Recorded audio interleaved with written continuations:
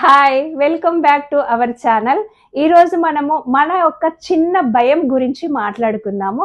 అదేంటంటే మనము పూజలు చేస్తాం కదా, పూజలు చేసినప్పుడు దేవుడికి కొబ్బరికాయ కొడతాం. ఆ కొబ్బరికాయ కొట్టినప్పుడు పువ్వు వచ్చినా కుళ్ళిపోయినా బాగా టెన్షన్ పడతా ఉంటాం.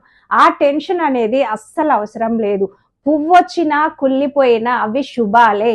ఎందుకంటే పువ్వు వస్తే మన ఇంట్లోకి ఎవరో చిన్నపిల్లలు రాబోతాళ్ళు, 21st డే జరగబోతాంది అనేది ఒక ఆనవాయితీ. ఇక కుళ్ళిపోతేనైతే మనకున్న టెన్షన్ ప్రపంచంలో ఇంకెవ్వరికి ఉండదేమో.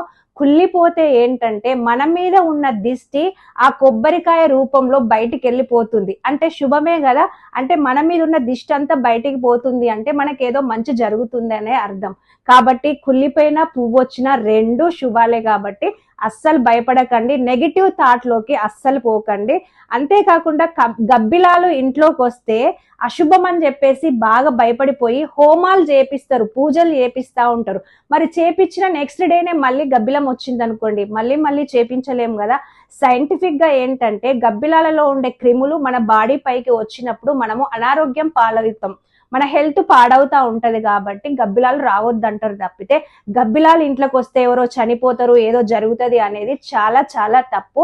అందుకే నెగిటివ్ ఆలోచనలు మానేసి పాజిటివ్ థింకింగ్ లో ఉండండి, పాజిటివ్ గా ఆలోచించండి, పాజిటివ్ గా సక్సెస్ ని సాధించండి. పాజిటివ్ గా ఆలోచించినప్పుడే మీకు అన్ని పనులు పాజిటివ్ గా జరుగుతూ ఉంటాయి, మనకు మంచి జరుగుతూ ఉంటది. కాబట్టి మా ఛానల్ ని కూడా పాజిటివ్ గా ఆలోచించి పాజిటివ్ గా సబ్స్క్రైబ్ చేసుకోండి, లైక్ చేయండి, షేర్ చేయండి, సబ్స్క్రైబ్ చేసుకోవడం మాత్రం అస్సలు మర్చిపోకండి. ఓకేనా?